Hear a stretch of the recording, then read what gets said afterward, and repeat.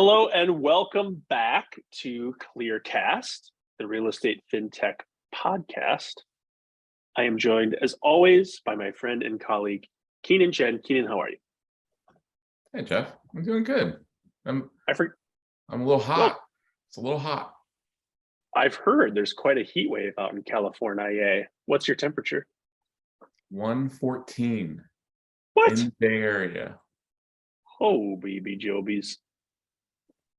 Yeah. How are you staying cool? Just trying to think about, cool stuff, and like play cool music, stuff like that. It seems like you've got a good strategy. So you're just kind of sitting there like mentally visualizing an ice cube for hours. Yeah. I'm wearing a lot of black. Wait, is that not a good idea for I think simple? that's just your typical thing that you're doing no matter what the temperature is. Oh, got So it. we've got a fun episode planned. Later on, we're going to have Hayden James from Fraction joining us. But first, Kenon, let's talk a little bit about a very fun subject that I know is near and dear to your heart, and that is the suburbs of America. And I know this is near and dear to your heart because you live in a suburb of a large metro area, do you not? I do, and a little part of me just kind of died when I admitted that. So our listeners can all visualize it. Imagine Kenon wearing shorts, black dress socks, and sandals, mowing the lawn in a John Deere rider mower, and just kind of keeping an eye on the grass levels. If I could, if no, that image is now burned into my brain, which is really disturbing. So please, let's move on. Okay. Well, let's talk about the suburbs because despite their sometimes vanilla reputation, which I was just alluding to, the suburbs are hot, Kenon. Not just Hot. temperature. Not just temperature. Not just temperature. So here's our news story of this pod. Suburban areas saw pandemic population boom. This is from Pew Trust Research. Smaller and suburban places drew most of the population growth during the first pandemic year. So this is between mid-2020 and mid-2021. This is new data from the US Census Bureau. Specifically, suburban cities in the West and South saw the biggest growth, and the areas that saw the biggest decline were the center cities. So more than half of the nation's 15 largest cities lost population during this year. The trend was led by New York City, which dropped by 305,000 people during that year. What do we make of all this? Well, I'm surprised to hear, New York, right? Because, when anecdotally, when you and I traveled to both San Francisco and New York, it certainly feels like more people have come back into New York than other cities. But yeah, it's that, those continual trends of affordability. I mean, I think that's definitely driving people, to, look for being able to get more space for, less expense. I think things are starting to turn in terms of the remote work versus hybrid work versus people coming back to the office. But, a part of that dynamic has definitely now become permanent, right? A remote work being an option and letting people decide where they want to live. But yeah, what do you think? Yeah, I mean, it definitely feels real. As somebody who I live in the center city. Sorry to rub it in, Kenon. There's definitely, like, we've seen it in our school enrollments. Like, our school system has lost about 5-10% of its students since 2020. And there's been a huge influx in the number of students in suburban schools. And we see all the same stats in Minneapolis, where I live, in terms of population growth in the suburbs and decline in the city. So it feels real. And to your point, with remote work, it feels like it could be kind of permanent, at least for the foreseeable future. Yeah, I thought it was funny in the story that it said that Bend, Oregon is now over 100,000 people population wise. It'd be interesting to see a study on, what are the impacts to like smaller areas infrastructure, right? I mean, Right. as population continues to expand here, how does that affect local economies in ways that we probably hadn't thought of? I mean, our founding city, where we founded Clear Capital in Truckee, has definitely experienced, was a Zoom town, sort of explosion of population, and so the lines at the grocery stores have definitely increased. And I'm sure the fine residents of Truckee are taking that really well and not bothered at all by the influx of new people. Welcoming, I think, is the word, like open arms. Open Yes. arms. Yes. Yeah. And for our stat of the pod, Keynesy, there is a theme. We're going to tie back to this. So, suburban rents. Let's talk a little bit about those. For our stat o the pod, this is from Realtor.com's latest monthly rental report. The U.S. median rent hits its latest all-time high at 1,879. But they actually track what your cost advantage is, your rental price advantages of living in the suburbs compared to the city. And that advantage has shrunk, been cut more than in half compared to 3 years ago. So the difference in terms of like a rental price advantage for what you get in the suburbs to the city is way down from where it was. They're not totally at parity yet between city and suburbs, but they're getting a lot closer. Wow. So that's interesting that to buy, we're still seeing a huge advantage at moving out into the suburbs, or moving to different areas to get an advantage when it comes to purchasing. But it sounds like the rental gap is, or that advantage is shrinking. I mean, rental prices have been up, between 10 and 20%, increase year over year. And home prices continue to be strong as well, although home price appreciation is slowing. So instead of the seeing a 20% year-over-year growth, we're now down to 16%, 16 to 17% year-over-year growth, and we're seeing that definitely decelerate the rate of increase.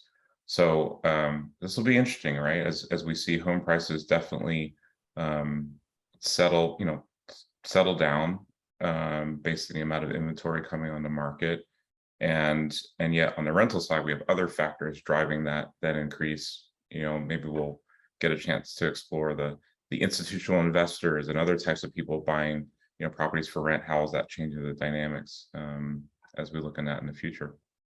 For sure. So no matter what ends up happening with all of the price trends, supply and demand, all of that, safe to say the suburbs are hot. Literally. And Kenon, we all look forward to seeing you mowing the lawn in your shorts and black dress socks in the very near future. If you see me on a John Deere, you'll know something has gone terribly wrong in my life.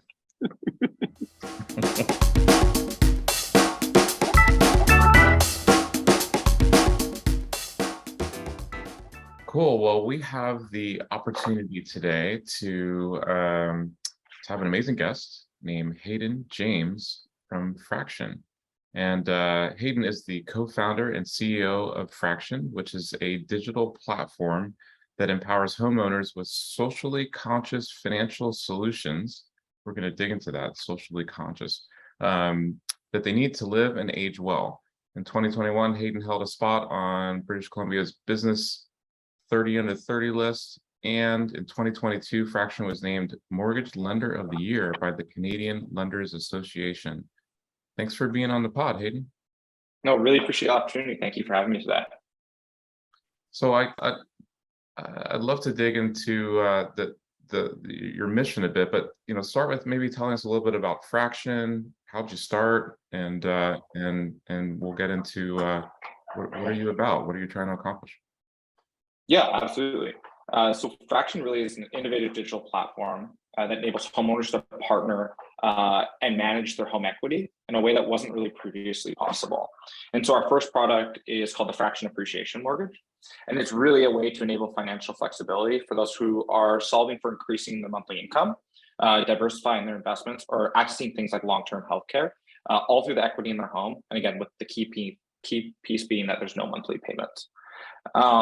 Basically how we started Fraction is my co-founder and I were working out of an office here in Vancouver on another project in the real estate space and out of a real estate office, and just got to see a lot of the reasons why people were selling their homes.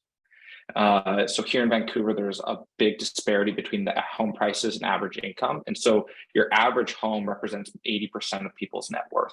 And so we had a lot of people who were selling, homes that they loved in order to access that home equity because they didn't really have any other option for them to do that. On the other side of that, we saw that there was a lot of investors that were buying up residential real estate in cities that were having high appreciation, but then not actually renting them out because they didn't want to have to deal with the issues of renting out a home. And so we asked ourselves, like, is there a better way to provide liquidity to homeowners who are looking for it and all the things that they need to do with that liquidity? And is there a better way for investors to invest in residential real estate without displacing homeowners? And that's really where the idea of Fraction came from. Both our families had gone through this. They had to sell their homes in order to access the equity. And so this just became kind of a mission for us, and obviously a really big problem that was exciting. And so we started that in the summer of 2018. Actually launched and did our first loan about 18 months ago, and currently have about $190 million portfolio in the first 18 months. Oh, that's awesome. Definitely a nice initial success story here. So tell us a bit more about yourself, Hayden. What was your personal journey to this vision for where you are now with Fraction? Yeah, so my entrepreneurship journey started directly out of high school. So it's going to sound extremely Canadian, but I invented pre-waxed hockey tape. So I invented say it again. I invented pre-waxed hockey tape. Pre-waxed hockey tape. Yeah. Please explain to our American audience. Kenon actually doesn't even know what hockey is. So could you explain what pre-waxed hockey tape is? Yeah. So when hockey players tape their stick, it's with a cloth tape, and that cloth tape absorbs water and ice when they're playing. And so it creates an irregular surface. So what players do is they put wax on it so that it basically stops water and ice from building up on the blade. It stops the cloth from absorbing it. The problem is that if you try to stick adhesive to wax, it doesn't stick. So if you are at home and you try to stick tape to a candle, it doesn't work. And so I came up with a wax where the wax had adhesive resins in it. So it was like extremely sticky wax, but was waterproof. So it would stick to the tape when it overlaid itself, but wouldn't absorb water. And so I had that patented and distributed across North America, so Canada and the US. So places like Dick's Sporting Goods, Walmart, and all that fun stuff. Oh, That's so cool. You invented the Post-its of the hockey world? Is that what I'm hearing? Basically, yeah. I got my Canadian passport. But yeah, and then you were immediately like, you know what else? I'm going to solve home equity. yeah. Very, very quick jump. No, actually, the bridge for me was I wanted to create a social media solution for independent entrepreneurs like myself. So a marketing solution that was cheap and effective. So kind of like a Hootsuite, but for entrepreneurs, or a Sprinkler, but for entrepreneurs. And what it ended up being was that the largest subset of entrepreneurs or self-employed individuals are real estate agents. There's over, I believe, about 2.5 million last time I checked. It could be more or less now. And so my co-founder and I started building that project. And that's when we were working on that real estate office and saw this other much larger issue. We'd go for walks around our neighborhood, and every other home was a potential customer for us. And so you start looking at the scale of that, and there's a really large problem here that we can solve. And that's what made us focus on Fraction. So how would you, how would you describe, your approach? So as you're walking around, you're seeing, the homes that would, or really the homeowners that would be potential clients of yours. How do you look at things from a data standpoint? Where you're trying to find the right fit between who would get the most value out of your service, and solution. Yeah, maybe I'll explain maybe how the product works and then back into how the data makes that really, really relevant. Cool. So how our product works is it's essentially in the US is a HELOC that's based on an index for that zip code. And so the easy way to think about it is we have a minimum rate that we charge. So you can think it's close to like the 30-year prime rate and a maximum that's about 550 basis points more, 5% more. And anything in between is your home appreciation. So the easy way to think about this is if your neighborhood appreciates on average 7% a year, that's what you would owe. If it doesn't appreciate, we have a minimum that we'll charge. So if it depreciates or doesn't appreciate more than our minimum, and then if it appreciates a lot, we actually have protections in place for the homeowner, so they're not paying, exorbitant amounts of an interest rate. The key to that product is we need really good data to judge both what the home's initial value is and the quality of that home, and then ongoing what's that home doing in the market in order to price our product effectively. And we have to do that both in a transparent way for the homeowner, but then also in kind of an independent arm's length way to validate the index that we're using against that home.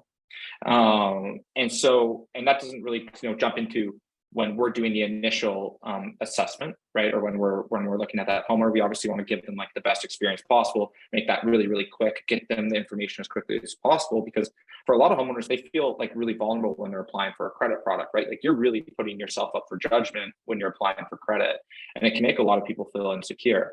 And so what we want to do is provide as much transparency and feedback as quickly as possible so that they can know, do I qualify? What does qualifying look like? And why am I getting what I'm getting?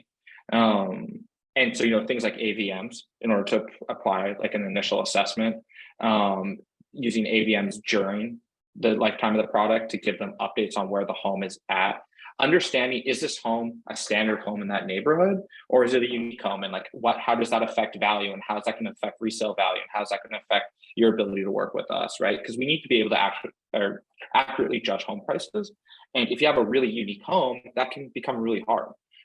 It might be on acreage, as an example. It might be just something that's just very atypical for that neighborhood. You can think about having,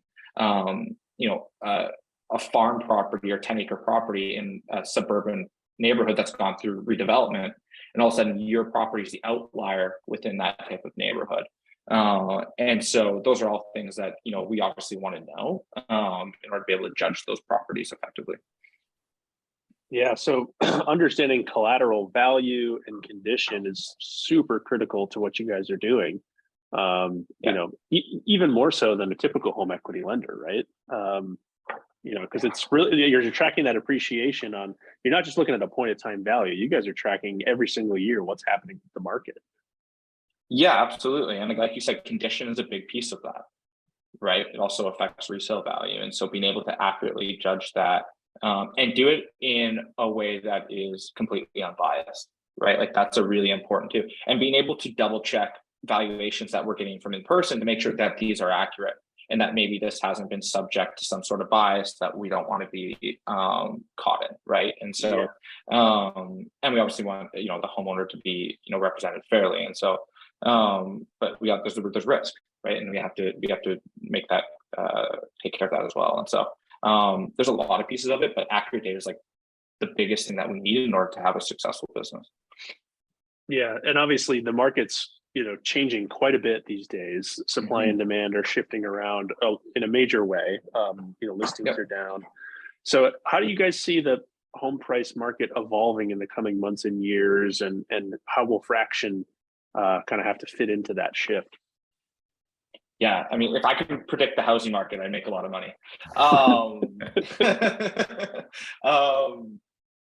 So I guess the key thing about our product is we're only go up to a 45% loan to value in a senior secured position.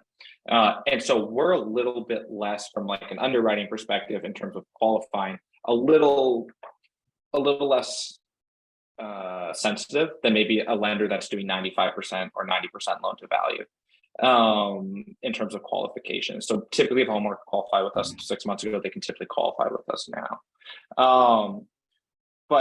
And we do have a minimum rate that we charge. And so we're very upfront with that about homeowners, that even if your home, is decreasing in value, there is going to be a minimum rate that we charge, that we don't share in the loss with you. And so that's very important to disclose. But I think the number one thing is that volatility means that you need really recent data, right? You can't rely on an appraisal that is 180 days old that maybe you used to because home prices have gone up and there's not the clearly symmetric risk. You actually now have downside risk in terms of if you're lending at the wrong loan to value based on current prices. And so having someone that can provide that data that's really, really accurate becomes even more important. Are you operating both in Canada and the US? Yeah, so right now we're operating in Canada and the US. We're going to be we're in Washington State currently, and we're going to be launching in Colorado, California, and Arizona. Gotcha. Do those markets behave pretty, similarly, or are they diverging, a bit? How are you having to find that you have to retool your modeling and your way of thinking as you head more into the US? Both markets, it really depends. It's very sub-market. So if you look at outlying areas outside of major metro cores that went through just a lot of appreciation during the pandemic that we went to, you're starting to see those retrench quicker because people are moving back into the city as things open up, right? Or maybe those vacation properties aren't as important to them now that they can do things in the city, as an example. And there's obviously a lot of different factors, right? Supply and demand, people moving out of certain states and into other states, as an example. So that migration is causing some of these outlying cities to really grow quickly because they just can't. Like, the big thing about obviously real estate and homes is that the supply side is not as elastic as the demand side is. And so you just can't build homes quick enough if an area grows too quickly, and that means that prices really rise. Obviously, the other thing we're seeing is a rising interest rate environment, which obviously affects the amount that people can borrow. And so obviously the government's obviously working to offset these two things. Housing is a very, very large part of CPI. And so you almost can't have inflation without home prices increasing and rents increasing, more important. And so, the government's obviously taken action in order to reduce that. And so that's something you have to be very aware of. I mean, it's super interesting that you got started in 2018. I mean, that was before the pandemic, before this sort of, the past 2 years of rapid appreciation. You must feel like you did a pretty good job predicting, what would what would happen in terms of tappable home equity. But how do you, I guess I'm curious if you see the reasons for people, being interested in a HELOC type product now be different than when you first got in. Have you had to kind of, think about what was really driving, the need for a solution, now because of the rapid change over the past couple of years? Yeah, so we're a little bit different than typical HELOCs in that we're senior secured. And so almost all HELOCs are some sort of like second lien product where we're a first lien product. The biggest thing driving need for our product are massive demographic shifts in terms of an aging population. So our average age for our borrowers is 58. It's pretty much a perfect bell curve from 40 to 70. These people represent the majority of home equity in the US. So not necessarily homes, but in home equity that's been built up. And it the ratio of the amount of net worth that they have in their home versus other assets is completely overweight in real estate.